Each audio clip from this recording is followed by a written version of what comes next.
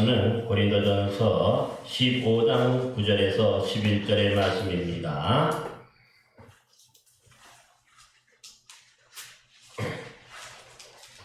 고린도전서 15장 9절에서 11절 말씀, 세 절 말씀을 함께 같이 공독하겠습니다. 나는 사도 중에 가장 작은 자라. 같이 읽겠습니다. 다시 시작. 나는 사도 중에 가장 작은 자라. 나는 하나님의 교회를 받게 하였으므로 사도라 칭함받기를 감당하지 못할 자니라. 그러나 내가 나된 것은 하나님의 은혜로 된 것이니 내게 주신 그의 은혜가 헛되지 아니하여 내가 모든 사도보다 더 많이 수고하였으나 내가 한 것이 아니요 오직 나와 함께 하신 하나님의 은혜로라. 그러므로 나나 그들이나 이같이 전파하며 너희도 이같이 믿었느니라. 아멘. 예, 반갑습니다. 우리가 지난 시간에는 이 사도 바울이 이 고린도 교회에 전파했던 이 복음에 대해서 말씀해 주셨는데요. 사실 이 복음의 말씀은 사도들이 전하여준 복음을 바울도 그대로 받아서 믿고 또 그 받고 믿은 그 복음의 말씀은 이 고린도 교회에다가 또 전함으로 이 고린도 교인들이 그 말씀을 받고 믿어서 구원을 얻게 되었다. 그 말씀을 드렸습니다. 그러면은 우리 지난 시간 또 한 가지 우리가 살펴봤던 게 뭐냐면 사도 바울이 이 고린도 교회로 전했던 그 받았던 복음이 어떠한 복음이냐 하는 것이죠. 사실 이 복음에는 크게 이 15장에서는 네 가지로 이렇게 분명하게 말씀합니다. 그래서 첫 번째로 뭐죠? 복음은 성경대로 그리스도께서 우리를 위해서 죽으셨다는 사실을 믿는 겁니다. 그 다음에 두 번째로는 그 십자가에 죽으신 예수님께서 완전히 죽으셔서 장사 지낸 바 되셨다는 거죠. 그 다음에 세 번째 우리가 믿는 복음은 뭐냐? 성경대로 그러나 사흘 만에 다시 살아나셔서 부활하셨다는 것. 이게 가장 또 복음이 되는 것을 보고 마지막 네 번째로는 뭡니까? 12제자로부터 시작해서 또 500여 형제 또 예수님의 동생 야고보 마지막에는 만삭되지 못하여 난 자 같은 사도 바울. 이 바울에게도 예수님이 뭡니까? 부활하신 예수님이 보여지고 나타나셨다. 그만큼 부활이 확실하다는 근거겠죠. 그래서 이 고린도전서 15장에는 이 네 가지 이 복음 중에서 핵심이 있는데 그 핵심 단어가 뭐냐면 성경대로라는 그 말이 수식이 되는 구절이 있어요. 두 구절이 있죠. 먼저 성경대로 우리 죄를 위해서 그리스도께서 죽으셨다는 사실. 또 한 가지는 성경대로 다시 살아나셨다는 거예요. 그러니까 성경대로 하는 것은 그저 우연하게 죽으시고 우연하게 부활하신 것이 아니라 이미 구약 성경에서 하나님이 예언하시고 말씀하셨던 대로 그렇게 해서 하나님의 섭리대로 그렇게 돌아가시고 그렇게 부활하셨다는 뜻에서 이 성경대로라는 것을 붙였다고 했어요. 그래서 이 네 가지 우리가 그 복음의 핵심 내용이라 한다면 그것을 두 가지로 우리가 요약한다면 바로 그래서 십자가와 부활의 복음이 되는 것이죠. 그래서 오늘은 우리가 십자가와 부활의 복음이라 하는 것은요, 이 사실에 기초해서 십자가와 부활이라고 우리가 그렇게 합니다. 그래서 이 복음의 내용을 사도들로부터 받았고, 또 이 바울이 그대로 또 다른 사람에게 전하고, 또 그 고린도 교회로부터 시작해서 또 다른 사도들도 계속해서 이 십자가와 부활의 복음을 온 세상에 전파함으로 해가지고 저와 여러분도 믿고 구원을 받게 되는 것이죠. 이게 마찬가지로 우리가 이제 전해받은 사도들이 전했던 그 복음의 말씀을 오늘 우리가 받아서 그 말씀을 십자가와 부활의 복음을 전하게 된다. 이 말씀을 드리는 것입니다. 이제 오늘 말씀은 이 복음을 설명하면서 이 사도 바울이 좀 감격하는 은혜가 있었어요. 거기에 대해서 우리가 함께 좀 살펴보려고 하는데요. 본문 9절 말씀을 보시기 바랍니다. 나는 사도 중에 가장 작은 자라. 나는 하나님의 교회를 받게 하였으므로 사도라 칭함받기를 감당하지 못할 자라. 그렇게 말합니다. 지난 시간에는 분명히 죽으시고 사흘 만에 다시 살아나셨다 하는 것이 우리가 십자가와 부활의 복음이라고 했는데요. 놀라운 것은 뭐냐면 이 예수님의 십자가와 부활을 목격한 사람은 누굽니까? 예수님의 12제자들이죠. 특별히 부활을 하신 주님, 다시 살아나신 주님을 목격하고 체험한 것에는요, 이 12사도를 비롯해서 500의 형제들, 또 사도들, 또 예수님의 동생 야고보, 마지막에 만삭되지 못하여 만자 같은 이게 팔풀이같이 났다는 거지. 이런 사도가 자신에게도 부활하신 주님이 보여지고 나타나셨다는 뜻이죠. 그게 은혜가 너무 큰 거예요. 그야말로 이것 자체가 자신도 이런 놀라운 하나님의 그 예수 그리스도의 그 부활하신 그 음성을 듣고 하는 것 자체가 너무 그것 자체가 크신 은혜고 놀라운 은혜인 것을 고백하는 것을 볼 수가 있습니다. 사실 우리 바울을 생각해 보면 여러분이 바울이 되기 전에 먼저 우리가 어떻게 불렸습니까? 바울이 사울로 불렸습니다. 사울. 그런데 사실 이렇게 구분하지만 실제적으로 보면 같은 이름의 뜻이에요. 그래서 바울이라 하는 것은 그 당시에 이 헬라식 이름이에요. 국제적으로 이 통용되었던 헬라식 이름이고, 이 사울이라 하는 이름은 유대인식 이름으로 우리가 사울이라고 그렇게 부르는 거죠. 우리가 잘 아는 이 베드로도 이름이 두 가지가 있죠. 그 이름이 하나가 뭡니까? 게바예요. 이 게바는 뭐죠? 게바는 유대인식 이름이고 반석이라는 이름 뜻에, 그 다음에 베드로는 뭡니까? 헬라식 이름이에요. 대부분에 보면 당시에 많은 사람들이 이 두 가지 이름을 가지고 있었던 것을 봅니다.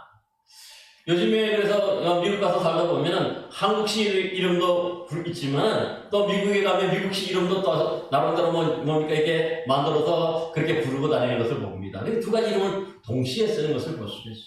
그런 그래서 이 바울이 되기 전에는 사울로 불렸는데 성경에 보면은 이 여기에 대한 사울의 얘기가 몇몇 군데 나와 사도행전에는 특별히 많이 기록이 되어 있어요. 그래서 그 사울은 사실 이 초대교회, 하나님의 교회라고 그랬는데 이 초대교회 예루살렘 교회를 박해하고 핍박하였던 자예요.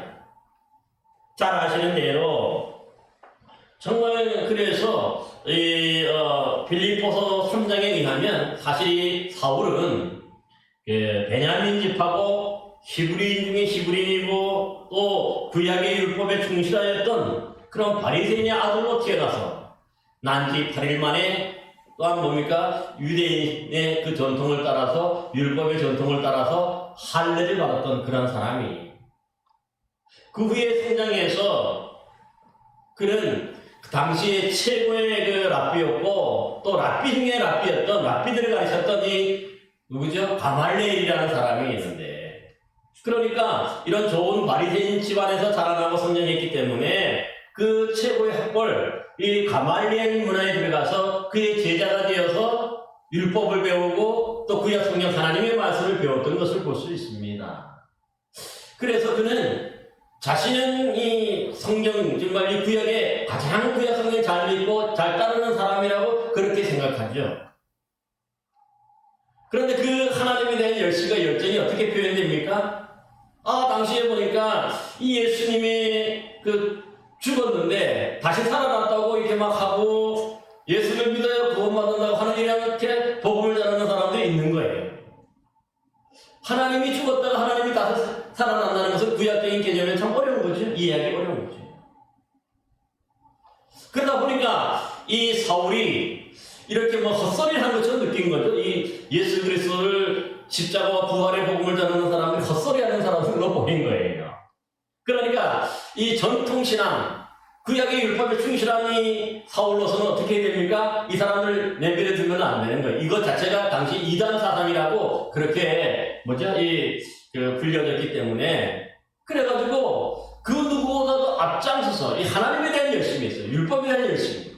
그 열심으로 이 예수 믿는 사람들을 잡아다 죽이기도 하고 또 심하게 아주 박해하는 것을 볼 수가 있습니다. 우리가 대표적으로 보면은요, 사도행전 10장에 보면은 이 사울의 이름이 가장 거기에 먼저 나타나거든요. 거기 보면은 이 스데반 집사, 이 예루살렘 교회가 처음으로 안수하여 세운 7 집사 중에 한 분이 스데반 집사님이죠. 이 스데반 집사님이 그 회당에 가서 유대인들이 모이는 그 회당에 가서 이 예수 그리스도에 대한 복음의 말씀을 증거한 거죠. 그러다 보니까 당시 이 제사장들이 보낸 이 백성들이 충동기를 해가지고 이 스데반을 잡아옵니다. 그리고는 이 스데반의 설교를 듣는 중에 중간에 어떻게 됩니까? 이 백성들이 도저히 살려줘서는 안 될 거라 생각하고 돌을 던져서 바로 이 스데반 집사가 순교하게 됩니다. 근데 그 자리에 이 돌을 던졌던 사람들이 이 청년 사울 앞에 그 옷을 벗어주었다. 이 말은 무슨 뜻인지 알겠습니까? 이미 우리 사도행전 한번 공부했죠? 이 말은 곧 사울이 이 스데반을 죽이는데 배후 조종자였음을 보여주는 거지. 증거하는 거예요, 그 자체.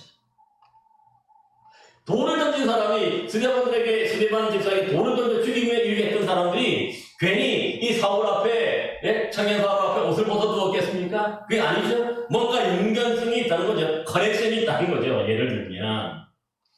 그러니까 이거 자체로 해서 사울 자체가 이 스데반 집사를 죽이는데 주동자, 배후 조종자로 이렇게 보여줄 수가 있는 것입니다. 뿐만 아니죠. 결국은 이렇게 해가지고 이 스데반 집사를 돌로 쳐 죽이는 것을 신호탄으로 해서 이 예루살렘 교회를 대대적으로 박해하죠. 그게 사도행전 8장에 기록이 되죠. 그래서 그때 이 사울의 모습이 한 마리 이성 없는 짐승 같은 아주 포악한 야수처럼 보여졌다는 거예요. 그래서 교인들을 잔멸해야 한 명도 남기지 않고 뭡니까? 완전히 멸하려고 하는 것이 뭐냐면은 잔멸입니다. 그 정도로 악한. 그래서 각 집에 예수 믿는 사람들 집에 쳐들어가가지고 무슨 남자나 여자나 구분하지 않고 다 잡아가지고 옥에 가두고 죽이기도 하고 그런 것을 볼 수가 있습니다. 그래서 결국은 이렇게 한번 해가지고 사도들 외에는 어떻게 합니까? 이 예루살렘 교회가 다 흩어지게 만듭니다. 그 잘 모이고 뭔가 은혜 가운데서 이제 성경에 가는 그런 교회인데 이 사울의 이 박해를 내가지고 이 12사도들 외에는 다 온 상황으로 흩어졌다고 그렇게 얘기해요. 그래서 그 후에 이 사마리아에도 복음이 전달되고 그 다음에 유다 광야에도 복음이 전파되고 또 요바에도 복음이 전파되는 것을 볼 수가 있어요. 가는 곳뿐만. 그래서 이때 흩어졌던 또 이방인들이 지금의 수리아 안디옥에 내려가서 교회를 세우고 그래서 거기서 이 큰 부흥이 일어나요. 그래서 이 목회자로 바나바가 파송이 되는데 나중에 이 바나바가 그 목회자로 가고 난 다음에 그 안디옥에 목회하면서 가장 먼저 하는 일이 뭐냐면 이 변화되고 담에색에서 회심된 이 사울을 불러와서 함께 목회합니다. 그러면서 이 바울이 세상에 이제 알려지게 되는 것을 볼 수가 있습니다. 그 다음에 또 이제 9장에 가면은 이 사울이 어떻게 해서 주님을 만나는지 그 과정도 설명하는데 보면 잘 아는 대로 역시 이때도 많은 박해가 있으니까 사울이 정말 박해를 하니까 핍박을 하니까 주의 제자들이 성도들이 그러니까 온 사방으로 막 흩어졌다 그랬지. 그러니까 그 중에서도 보면 다메섹으로 많이 귀신 같다는 거예요. 그 소문을 들으니까 이 사울이 그냥 있을 수가 없어서 대제사장에 가가지고 그 이방 땅이잖아요. 다메섹이면 거기 가서 이 사람들을 공개적으로 잡아올 수 있는 공식 문서를 받아가지고 그들을 잡으려고 이 다메섹으로 가다가 거의 다메섹에 이르렀을 때에 갑자기 하늘로부터 밝은 빛이 그를 내리치면서 그가 눈이 보이지 않고 그 자리에 거꾸러지게 되죠. 엎드리게 되죠. 그럴 때 하늘에서 어떤 음성이 들어옵니까? 사울아 사울아 어찌하여 나를 박해하느냐? 나는 내가 박해하는 예수다. 그렇게 하는 음성이 들려오죠. 근데 이 사건이 엄청나게 중요한 사건이에요. 왜 그럴까요? 제가 서두에도 말씀드렸지만 이 사울은 하나님께 대한 열심으로 사실은 뭡니까? 예수님에 대해서 이 죽은 사람이 다시 살아났다고 거짓 소문을 퍼뜨리고 거짓 믿음을 퍼뜨리는 이 사람들을 받게 했는데 죽은 줄만 알았어요, 예수님이. 그런데 그 죽은 줄만 알았던 예수님이 하늘에서 그가 왜 나를 받게 하느냐 하는 그 음성이 들려왔어요. 이게 무슨 뜻이죠? 그러니까 이 사울이 알고 있었던 예수님이 죽었다고 하는 이 사실만 알았지 부활하시고 다시 살아나셨다는 소식은 몰랐는 거죠. 그걸 부인했던 거죠. 부정했던 거예요. 그런데 그런 자신이 부정하고 있는 그 예수님이 하늘에서 음성으로 들려왔어. 이 말은 다른 말 하면 뭡니까? 예수님은 죽지 않으셨구나. 죽으셨는데 다시 3일 만에 다시 살아가셨다. 부활하자는 사실이 뭡니까? 자기 직접 체험하고 경험하는 그런 사건이 되는 거지요. 그러니까 이 사건은 뭡니까? 다른 사람들이 아니라 본인이 직접 예수님의 음성을 들었어요. 그러니까 어떻게 됩니까? 이거는 누구라도 그 누구라 다른 사람은 부인할지 몰라도 이 사울은 부인할 수 있습니까? 없습니까? 이거 분명한 살아계시는 부활하신 예수님의 음성이거든요. 예수님이 다시 살아나지 않고 어떻게 하늘에서 그 음성이 들립니까? 그러니까 이 사건이 이 사울이 이제 변하게 되는, 회심하게 되는 가장 중요한 그런 사건이 돼요. 그래서 보세요. 그래서 이제 그 다음에 예수님으로부터 이방의 사도로 파송을 받게 되죠. 주님으로부터. 그래서 그 후에 그런 즉시 복음을 전하면서 이방 땅에 주로 예루살렘이나 유다 사마리아 땅에 복음을 전하는 게 아니라 그 외에 이방 지역에서 복음을 전하게 되는 것이죠. 그래서 이 돌이켜보면 어떻습니까? 나 같은 사람이, 우리가 아까 찬송곡을 했습니다만, 나 같은 죄인이, 나 같은 정말 이 용서받지 못할 죄인, 하나님의 성도들, 하나님의 백성들을 핍박하고 죽이고 그 일에 가장 열심히 했던 이런 바울 아닙니까? 사울 아닙니까? 그러니까 나는 정말 뭡니까? 용서받지 못하고 저주받아야 마땅하고 죽어야 마땅한 사람인데 주님이 나를 만나주시니 부활하신 주님. 그리고 나를 이방인의 사람을 세워주신 거죠. 그래, 이 은혜 생각하니까 어떻습니까? 나 같은 사람은 도저히 이방인의 사람으로 세움받아도 안 되고, 정말 예수님의 그 부활하신 주님을 만날 수가 없는 그런 사람인데 주님이 만나주시고 이방인의 사도로 파송을 받게 해주신 거죠. 그러니까 이거 돌이켜보면 뭡니까? 내가 한 것은 어떻습니까? 하나도 없는 거죠. 사울이 한 건 하나도 없어요. 잘못한 것밖에 없는 거예요. 죽은 죄밖에 없는 거예요. 그럼에도 불구하고 부활하신 주님이 이 사울을 만나주시고 그 이 귀한 사명을 맡겨주시니까 생각해보니까 어떻습니까? 하나님의 은혜밖에 없는 거예요. 은혜 아니면은 이게 설명이 안 되는 거예요. 주님이 나를 사랑하시는구나. 진짜 사랑하시는구나. 그 은혜를 이제 그가 체험하게 되고 깨닫게 되어서 오늘 본문에 보니까 특별히 풀어서 이 은혜 받게 되는 과정을 설명합니다. 그러기에 오늘 본문에 보면은 9절에 뭐랍니까? 나는 사도 중에 가장 작은 자라 하였고 또 나는 하나님의 교회를 받게 했으므로 사도라 칭함받기를 감당하지 못하였을 자라고 그렇게 스스로 고백하죠. 여러분이면 안 그러겠습니까? 그렇죠? 여러분 과거의 그런 모습이 지금 제 밖에 더 있습니까? 그럼에도 불구하고 주님은 나를 죽이지 않으시고 살려주시고 또 예수 믿게 해주시고 구원받게 해주셨던 이 은혜를 생각하면 진짜 그야말로 하나님의 놀라운 은혜고 또 하나님의 역사하심임을 그는 이렇게 고백하는 것을 볼 수가 있습니다. 그러게 오늘 뭡니까? 사도 중에서도 뭐라고 합니까? 자신은 큰 사도로 얘기 안 하죠? 가장 작은 자라고 얘기해요. 그것은 뭐냐면 과거에 그 교회를 핍박하고 한 마리 짐승처럼 포악한 짐승처럼 이 스데반 집사를 죽이는데 일조하고 또 이 초대교회를 그만큼 심하게 박해했던 큰 잘못 있는 사람인데 내가 지금 사도가 되어서 변화해서 주의 복음을 전하는 것 자체가 뭡니까? 이거 자체가 이 놀라운 은혜가 아닙니까? 그치? 그러게 이제 10절 말씀 한번 읽어봅시다. 우리 10절 말씀이 가장 우리가 많이 인용하는 그런 구절인데 10절 말씀을 같이 한번 읽어봅시다. 다 같이 시작. 그러나 내가 나 된 것은 하나님의 은혜로 된 것이니 내게 주신 그의 은혜가 헛되지 아니하여 내가 모든 사도보다 더 마음을 수고하였으나 내가 한 것이 아니요 오직 나와 함께 하신 하나님의 은혜로다. 아멘.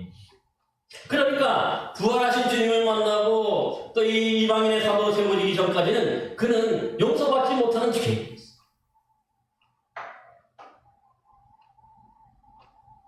하지만 이렇듯 용서해 주시고 이방인으로 사도로 세워주신 것은 정말 이것이 뭡니까? 하나님의 은혜 아니었으면 내가 오늘 이 자리에 설 수가 없는 거죠. 내가 구원받을 수 없는 사람인 거죠. 정말 하나님의 은혜 아니었다면 자신이 회심하고 변화될 수 없는 사람이에요. 그러기에 하나님의 은혜로 이 모든 것들을 설명하는 것입니다. 여러분, 이 은혜라는 말이 뭐죠? 이 은혜라는 말은 사실은 아무런 노력도 없고 나는 대가도 바라지 않는데 거저 주시는 뭡니까? 그러한 것이죠. 나는 한 것이 아무것도 없는 것을 말하죠. 그냥 그분의 어떤 뭡니까? 보살핌, 도우심, 인도하심 때문에 내 모든 것들이 채워지는 것. 그게 바로 은혜라고 얘기하는 거죠. 하나님의 은혜는 마찬가지예요. 하나님의 은혜가 뭐냐? 나는 한 것이 없어요. 사도 바울처럼 아무것도 한 것이 없어요. 단지 죽을 수밖에 없는 죄인밖에 없잖아요. 죄밖에 진 게 없잖아요. 그럼에도 불구하고 하나님께서는 구원해 주시고 만나 주시고 구원해 주시고 또 이 귀한 삶을까지 주셨기에 그래서 그것은 뭡니까? 하나님의 은혜라고 얘기해요. 내가 잘나서 내가 능력이 많아서 내가 뭐 하나님 앞에 자랑이 있어야 뭔가 그래도 내가 하나님 앞에 내세울 것이 있는데 나의 근거는 하나도 없는 거지. 정말 0.0001%도 없는 거예요. 오직 하나님의 은혜밖에 없는 거예요. 그랬을 때 우리가 어떻게 표현합니까? 그것을 하나님의 은혜다 그렇게 표현합니다. 오늘날도 그래서 보면요, 이 은혜라는 말을 우리가 잘 사용하는데 은혜 받았습니다. 또 은혜 받으세요. 이런 얘기도 많은데 그게 뭐냐면 우리가 노력하는 게 아니에요. 그러면 하나님이 거저 주신 거예요. 하나님이 강권적으로 역사하셔서 베풀어 주신 것, 그게 바로 은혜인 것이에요. 내가 새벽기도 열심히 했기 때문에 주일 한 번도 빼먹지 않았기 때문에 뭔가 내가 하나님 앞에 내세울 것이 있어서 그 뭡니까? 대가로 받는 게 아니라는 뜻이에요. 이 우리가 구원이라고 하는 자체입니다. 그래서 우리가 이 구원에 관해서 설명할 때에 여러분들이 하나님 앞에 잘한 게 있습니까? 정말 잘한 거 하나도 없잖아요. 우리는 어떻게 구원받게 됐습니까? 사실 우리 구원은요, 오늘 우리가 14장 지난 시간에 살펴봤듯이 예수 그리스도께서 우리를 위하여서 십자가에 대신 못 박히셔서 대속의 죽음, 또 이 뭡니까? 그 화재의 죽음, 또 이 속죄의 죽음을 죽어주셨기 때문에, 그 피를 흘려주셨기 때문에 우리가 그 보혈을 믿을 때마다 구원이 우리 모두에게 일어나게 되는 거죠. 우리 죄가 용서받고 우리가 구원받아서 하나님의 자녀로 이렇게 거듭나게 되는 것을 볼 수가 있어요. 그렇기 때문에 우리의 구원은 오직 누구의 은혜입니까? 우리 주님, 우리 예수 그리스도의 은혜밖에 없는 거예요. 예수님이 우리에게 이런 은혜를 베풀어 주시지 않으면 한 사람도 구원받을 수가 없잖아요. 특별히 우리는 이방인이 아닙니까? 유대인들은 그래서 당시에 제사를 드림으로 번제를 드리고 속죄제를 드림으로 용서를 받는 그때마다 이 뭡니까? 소나 양이나 염소 같은 이런 짐승들이 대신 우리를 위해서 죽고 그 피를 흘려줬지. 그런데 예수님께서는 뭡니까? 십자가에 돌아가셔서 그 피를 흘려주심으로 인해가지고 더 이상의 이런 짐승의 피가 필요 없는 거죠. 예수님의 보혈로 우리가 구원받게 되는 거예요. 죄 씻음 받게 되는 거예요. 그래서 우리가 구원받았기 때문에 적어도 구원에 관한 인간의 노력은 0.001%도 없다 하는 소리를 기억하고 오직 누구의 공로로 구원받은 거예요? 예수님의 공로, 예수님의 은혜로 우리가 구원받게 된다고 하는 것을 우리는 분명히 기억해야 하는 것이죠. 그러기 오늘 10절에 보니까는 이거 하나님의 은혜라는 말이 몇 번 나옵니까? 한번 세보시면 3번이나 3번. 이 작은 구절인데 거기에 은혜라는 말이 3번이나 사용하고 있어요. 그만큼 뭡니까? 지금 이 사도 바울이 돌이켜 그 자신이 이제 구원받게 되는 과정, 부활하신 주님의 만나는 과정을 생각해 보니까 이 모든 것이 하나님의 은혜로밖에 설명을 할 수 없기 때문에 은혜라고 하는 것을 계속해서 거듭하여서 반복하는 것을 볼 수가 있는 것입니다. 그러기에 이렇게 은혜로 거저 구원받은 거지? 거저 구원받고 거저 이렇게 그가 하나님의 백성이 됐는데 중요한 것은 뭡니까? 그 은혜 받은 것을 뭡니까? 어떻게 했다는 거예요? 그 10절에 보니까 나의 나 된 것은 하나님의 은혜를 줬다. 이것까지 지금까지 설명이 됐는데 내게 주신 그의 은혜가 헛되지 아니한다. 그 얘기. 하나님은 나에게 공짜로 무료로 죽을 수밖에 없는 큰 죄인인데 그런 그 죄인을 구원해 주셨는데 이것이 은혜인데 그 구원해 주신 은혜가 하나님을 헛되지 않게 해주셨어요. 왜 그럴까요? 이게 무슨 말이죠?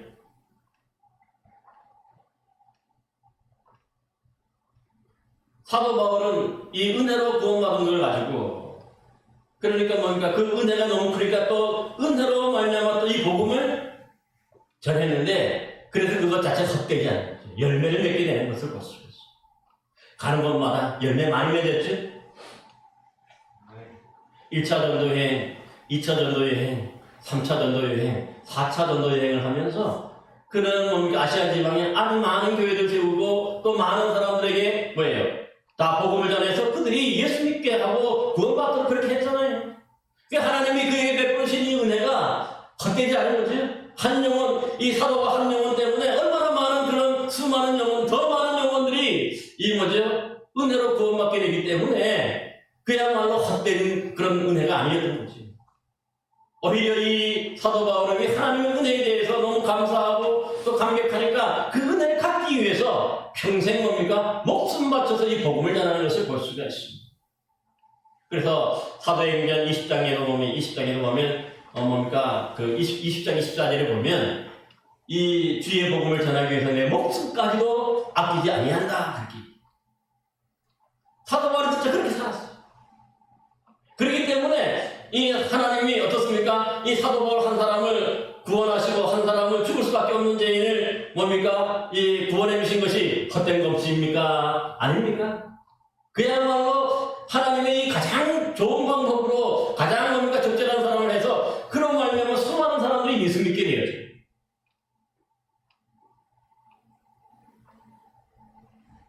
그런데 이 모든 이 열매 맺고 이 수고한 것까지도 사도 바울은 뭐라고 고백합니까? 10절에 보니까 내가 모든 사도보다 더 많이 수고하였으나 뭐라 하는 겁니까? 많은 열매를 맺었다는 거죠. 한시도 쉬지 않았어요. 대접도 못 받았어요. 왜냐하면 사도의 시기가 있었기 때문에. 왜냐하면 예수님의 열주제자는 그래도 예수님을 직접 만나고 배우고 가르침을 받았기 때문에 당시의 모든 그 교인들에게 세계에 있는 교인들에게 뭡니까? 나름대로 대접을 받았어요. 가는 곳마다. 주의 종이라고. 그런데 사도 바울은 예수님의 직계 제자 아니죠? 한참 흐르고 난 다음에 이 다메섹에서 예수님을 만났어요. 그러니까 이 고린도 교회 우리가 앞서 살펴봤지만 사도가 아니라는 그런 그렇게 공격하는 사람들이 많아. 내가 어떻게 사도냐? 사도는 예수님의 직계 제자들인데 네가 어떻게 사도냐? 그렇게 공격을 많이 받았어요. 그래서 우리가 8장 같은 데도 보면은 이 바울이 뭡니까? 바울에게 다른 사람들도 전도자들은 뭡니까? 그때 다 교회에 챙겨줬다고 그랬죠. 그런데 이 사도 바울은 이런 것 때문에 교회로부터 아예 그 뭡니까? 이 생계비라든가 이런 것도 뭡니까? 안 받았어. 정말 그야말로 주님의 그 은혜 의지에서 늘 이렇게 복음을 전했던 것을 볼 수가 있습니다. 따라서 이렇게 수고하고 그래서 많은 열매를 맺었는데 사도들보다 다른 모든 사도들보다 더 많은 열매를 맺게 되는 거죠. 그런데 이렇게 한 것이 어떻게 하는 거예요? 자신이 한 게 아니라고 얘기해요. 뭔가 그 정도 되면 여러분 생각할 때도 보면 사도 바울 정도 되면요 어디 가서라도 당당할 수 있는 거죠. 자부심을 가질 수 있고 또 어떻게 보면 교만할 수도 있어요. 교만해도 돼요. 이 정도면. 안 그렇습니까? 가는 곳마다 이 전도의 열매들이 줄줄이 맺혀졌고 교회도 많이 세웠잖아요. 그래 이 정도에 어떻게 보면 눈에 보이는 가시적인 효과가 있었기 때문에 어찌 보면 이 바울은요 조금 교만해도 될 수 있는 사람이에요. 10장 하반절에 뭐라고 얘기합니까? 내가 모든 사도보다 더 많이 수고하였으나 어떻게 합니까? 내가 한 것이 아니라 오직 나와 함께 하신 누구의 은혜입니까? 하나님. 내가 이렇게 복음 전하는 것 자체도 하나님이 나와 함께 하신 하나님의 은혜라고 얘기해요. 은혜로 설명하는 거예요. 그게 자신이 잘났다는 게 하나도 없는 거지. 내가 이렇게 복음을 전할 수 있는 것 자체도 하나님의 은혜라는 거예요. 하나님이 지혜 주시고, 하나님 사람 잘 만나게 해주시고, 하나님 형통하게 해주시고, 또 좋은 사람들, 여러분 잘 아는 브리스길라와 아굴라 같은 그런 뭡니까? 이런 사람들도 붙여주시고, 또 디모데나 또 디도와 같은 그런 훌륭한 사람도 붙여주시고, 또 건강이 부족하니까 어떻습니까? 누구를 붙여주셨습니까? 이 누가와 같은 의사도 붙여주시고, 또 실라나 또 이런 사람 같은 좋은 믿음의 사람을 붙여주시죠. 그래서 그것이 로마서 16장에 보면 이렇게 해서 나를 위해서 목숨도 내줄 사람들이라 그렇게 표현해요. 그러니까 내가 잘나서 이런 훌륭한 사람들을 만나고 내가 뭡니까 능력이 좋아가지고 이런 좋은 이런 뭡니까 능력 있는 사람들을 만나가지고 이런 열매를 맺는 게 아니라는 거지요. 자기가 이렇게 복음을 전할 수 있는 은혜가 뭐지? 하나님이 이렇게 좋은 사람을 붙여주시고 또 재정적으로도 든든한 사람 붙여주시고 자기 건강한 거 챙겨줄 수 있는 누가 같은 사람 붙여주시고 가는 곳마다 이런 좋은 사람을 붙여주셨어요. 그러니까 이게 내가 한 겁니까? 누가 한 겁니까? 하나님의 은혜밖에 없는 거죠. 그래서 오늘 내가 모든 사도보다 더 많이 수고하였으나 내가 한 것이 아니요 오직 나와 함께 하신 하나님의 은혜라 그렇게 고백하는 것을 볼 수가 있습니다. 그렇습니다. 오늘도 우리가 이 신앙이 우리에게 있습니다. 사실 저 같은 사람도 보면은 정말 강원도 시골 사람이고 정말 뭡니까 보잘것없는 사람인데 하나님이 그래도 공부시켜주시고 또 유학도 갔다 오게 해주시고 또 여러분을 만나게 하는 것도 보면은요 이게 가정 자체가 다 하나님의 은혜라는 거예요. 당시에는 잘 모르는데 시간이 지나고 나니까 아 하나님이 이런 귀한 분들 만나게 해주셨구나 그게 깨달아지는 거죠. 내가 한 것이 아니구나. 하나님이 이렇게 우리 귀한 분들을 미리 얘기해 주시고 만나게 해주시도록 하나님이 섭리해 주셨기 때문에 내가 한 것이 아니라 누가 한 것입니까? 하나님이 하신 거예요. 우리 교회에서 또 이렇게 귀한 분들 만나고 이렇게 세워지고 한 것도 보면 뭡니까? 다 하나님의 은혜로밖에 설명이 안 되잖아요.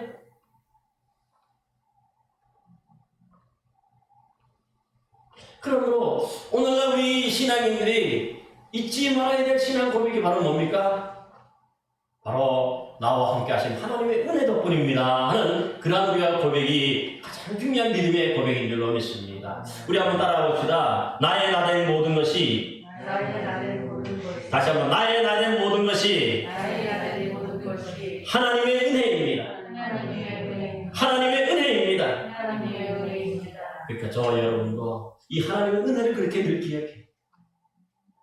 내가 회사를 경영하고 우리 가정이 이렇게 평안하고 또 어려운 가운데서도 살려주시고 어려운 가운데서도 뭡니까 귀에 끌리게 해주시는 하나님 정말 망할 것 같았는데 어느 순간에 하나님 은혜를 모든 것들이 뭡니까 솔직히 다 풀어지고 해결돼서 나중에서야 깨닫게 된 게 뭡니까 다 하나님의 은혜라는 그런 고백 이게 정말 우리 신앙인데 가슴에서 우러나는 그런 고백입니다.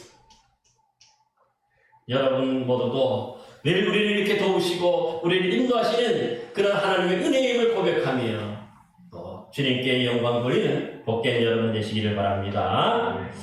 근데 요즘에 보면 이 은혜를 잊어버리고 또 예수 그리스도를 믿는다 하면서도 그걸 깨닫지는 못하고 무시하는 사람들도 많이 있는 것도 사실이에요. 사실 나 같은 죄인이 구원받아서 이거 자체도 뭡니까? 우리가 설교 시간에도 말씀드렸지만 전일천이라는 사람이 노예 무역선에 어려서부터 어머니를 잃고 7살부터 아버지 따라다니다가 그 노예 무역선 그렇게 같이 참여하게 되고 그것이 그들을 괴롭히고 하는 것 자체가 뭡니까? 그냥 일인 줄 알았는데 나중에 보니까 이것 자체가 정말 인간으로는 하지 못할 그런 악마와 같은 그런 짓이에요. 그래서 그 은혜를 깨닫고 그래서 뭡니까? 지금 창성씨가 나 같은 죄인 살리신 그 어메이징 그레이스지 않습니까? 그러니까 이런 하나님의 은혜를 기억하고 은혜를 감사하는 사람은요 늘 이 은혜밖에 없는 거예요. 은혜밖에 없는 거지.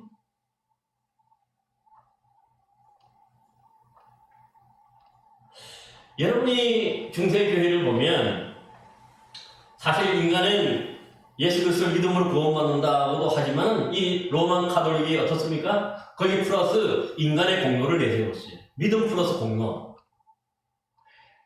그래가지고 이 공로를 하는 게 뭡니까? 그래서 죄를 용서받는데도 이 면접으로 하는 걸 팔았지? 여러분 어떻게 이 면접 카드를 가지고 그것이 어떻게 죄 용서가 됩니까? 죄 용서는 어디 예수 그리스도의 보혈을 믿는 것이지? 근데 이 중세교회는 그게 아니라 인간의 노력이 필요하기 때문에 그렇게 만들어가는 거지. 이거 사면 죄를 용서받는. 그래서 면제부가요 비싼 거는 수천만 원 이상 가까이. 많은 죄를 지은 사람. 그것만 사면 다 용서받는 거야. 예수 그리스도가 빠져버리고. 그러니까 자꾸 뭔가 사람이 어떤 그 다음에 또 한 가지가 뭐냐면 여러분 성 베드로 성당을 지어놓고 화려하게 지금 그죠? 바티칸 시티에 성 베드로 성당을 화려하게 지어놓고는 어떻게 교육을 했냐면 그 성 베드로 성당 앞에 있는 그 계단이 있는데 그 계단은 뭡니까? 이 성 베드로 성당 자체를 이 신성시해가지고 그 계단을 무릎으로 기어오르면 또 뭡니까? 그의 모든 죄도 용서받고 또 하나님의 복을 받는다. 그렇게 그 당시에 막 선전을 하는 거죠. 그게 뭡니까? 이 베드로 성당을 지어놓고 그 베드로 성당이 잘 되게 하기 위해서 그렇게 하는데 이것도 잘못된 거지. 그러니까 이 믿음으로 구원받는다고 하는 것은 틀리지는 않았지만 플러스 인간의 공을 자꾸 하니까 그게 잘못된 거죠. 지금.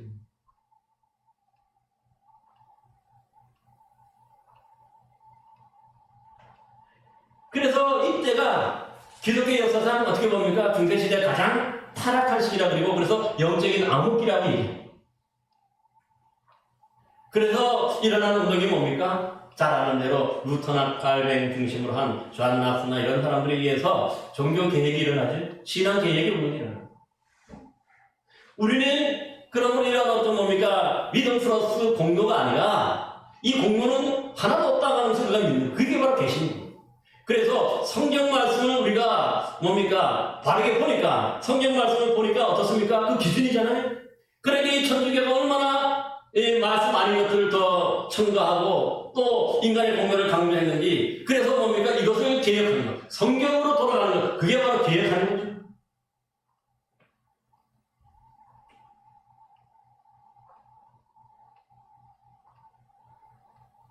그러므로 오늘도 우리가 잊지 말아야 되는 것은 뭐냐면 우리가 신앙생활하면서 내가 하고 내가 이룬 것 같지만 그것은 우리가 뭡니까? 착각이라는 거예요. 믿음의 눈, 우리 신앙의 눈으로 보면 이 모든 것이 누가 베풀어 주신 은혜입니까? 하나님의 은혜밖에 없는 거예요. 하나님 나라 가서 그래서 뭡니까? 자신의 공로를 앞세울 수 있는 사람 누가 있습니까? 한 사람도 없는 거예요. 예수 그리스도의 그 십자가 보혈의 공로이기에서 그 믿음으로 가서 하나님 나라 가기 때문에 뭡니까? 하나님 은혜밖에 없기 때문에 하나님 찬양하는 것밖에 없는 거예요. 저 섬기고. 이 땅에서 내가 뭔가 잘한 게 있어야 하나님 나라 가지고 의심되기도 하고 그렇지요. 그런데 우리 아다시피 다 죄인들이잖아요. 그렇기 때문에 우리는 하나님 나라 가면 내세울 게 아무것도 없어요. 우리 오직 내세울 수 있는 건 뭡니까? 하나님의 우리에게 베풀어 주신 그 은혜. 그 은혜밖에 없다 하는 것을 우리는 기억해야 하는 것이죠. 근데 많은 교회들이 보면은 이런 하나님 은혜 외에 요즘에 다시 점점 뭡니까? 이 인간의 공로를 내세워요. 자꾸. 뭔가 인간이 그러니까 뭐냐면 예배도 빠지지 말고 또 전도도 열심히 해야 되고 헌금도 열심히 해야 되고 11조 생활도 열심히 하고 또 뭡니까? 봉사생활도 열심히 해도 다 해야 되는데 그렇게 해야 하나님 나라 가가지고 어떻게 하는 거예요? 황금 밑으로 빛나는 그 뭡니까? 멸류관을 받았습니다. 그렇게 얘기하죠.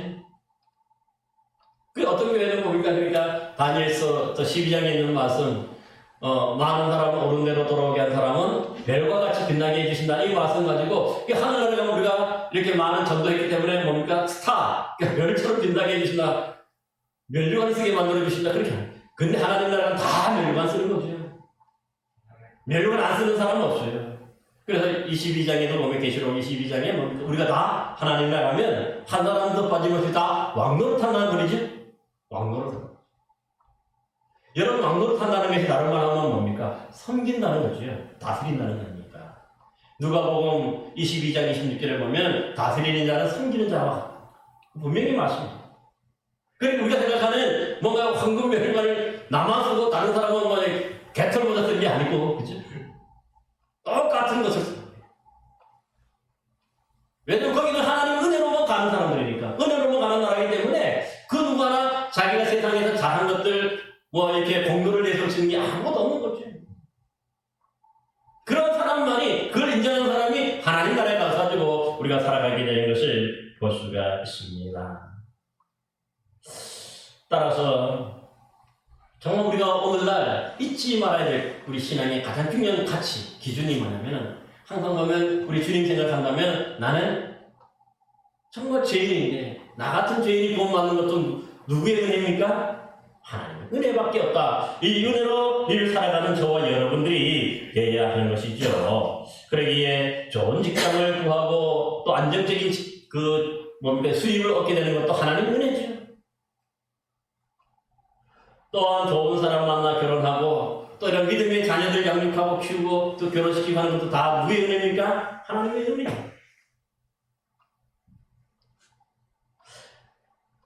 그래서 그렇게 보면 우리 신앙의 은혜 아닌 것이 없지요. 그래서 은혜로 사는 사람들이 그래 어떤 분들은 물론 어메이징 그레이스라 하는 이런 물론 세계적으로 유명한 그런 찬양도 있지만 우리나라에도 보면 참 좋은 그런 찬양이 하나 있는데 이 복음성가 중에 이런 찬양이 있어요. 은혜 아니면 살아갈 수가 없네. 호흡마저도 다 주의 것이니 세상 평안과 위로 내게 없어도 오직 예수뿐이네. 은혜 아니면 살아갈 수가 없네. 호흡마저도 다 주의 것이니 세상 평안과 위로 내게 없어도 오직 예수뿐이네. 크신 교회 다 볼 수 없고 작은 고난에 지쳐도 주께 묶인 나의 모든 삶 버티고 견디게 하시네. 은혜 아니면 살아갈 수가 없네.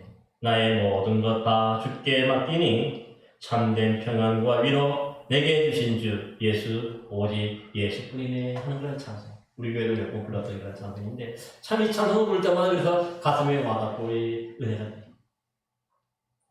여러분, 저와 여러분 모두도 이 가사처럼 정말 우리도 하나님의 은혜 아니면 우리는 한순간도 살 수 없음을 고백합니다.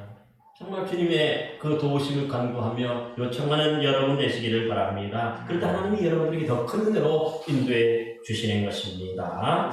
이제 본문 11절 말씀 함께 읽겠습니다. 마지막으로 같이 한번 읽어봅시다. 시작. 그러므로 나나 그들이나 이같이 전파하며 너희도 은혜로 전파하고 은혜로 받고, 그죠?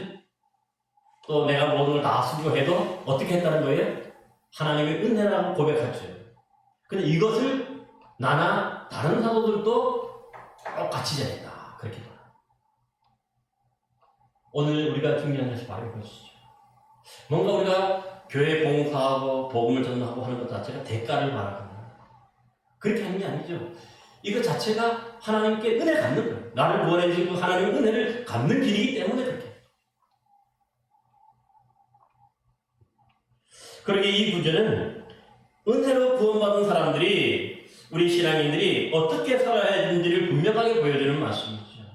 은혜가 나만 받고 나만 누리는 것이 아니라 그 은혜로 받았으니까 또 뭡니까? 내가 거저 은혜로 또 그들에게 이 복음을 전하게 되는 거죠.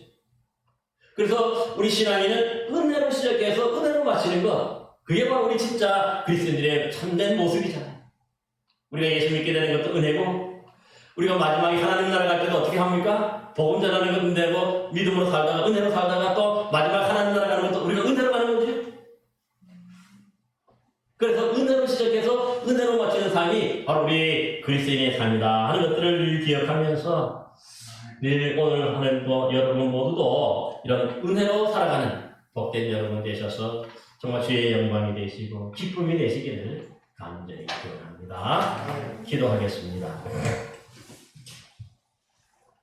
은혜와 사랑이 풍성하시고 자비하신 아버지 하나님, 오늘 아버지 하나님의 사도 바울이 정말 만삭되지도 못하여 난자 같은 자신에게도 이런 귀한 복음의 은혜를 허락해 주시고 정말 교회를 핍박하고 또 주의 백성들을 죽이고 또 살리게 했던 그런 정말 큰 죄인이, 용서받지 못할 큰 죄인이 우리 주님이 만나주시고 또 그를 이렇게 이방인의 삽으로 삼아주셔서 정말 은혜로 고백하며 그 은혜를 갖기 위해 일생 복음 전하며 살아갔던 사도 바울의 그 신앙을 오늘 우리도 본받게 하여 주시고 우리도 이제 은혜로 구원받아 싸우니 하나님의 은혜로 살아가는 복된 영혼들이 되었다가 또한 은혜로 하나님 나라에 들어가는 복된 성도들 되도록 역사하여 주시옵소서. 그래서 정말 우리가 정말 이 은혜를 잊지 않고 늘 감사하며 또 그 은혜에 보답하는 복된 성도들 되도록 주께서 역사하여 주옵소서. 예수 그리스도의 이름으로 기도하옵나이다. 아멘.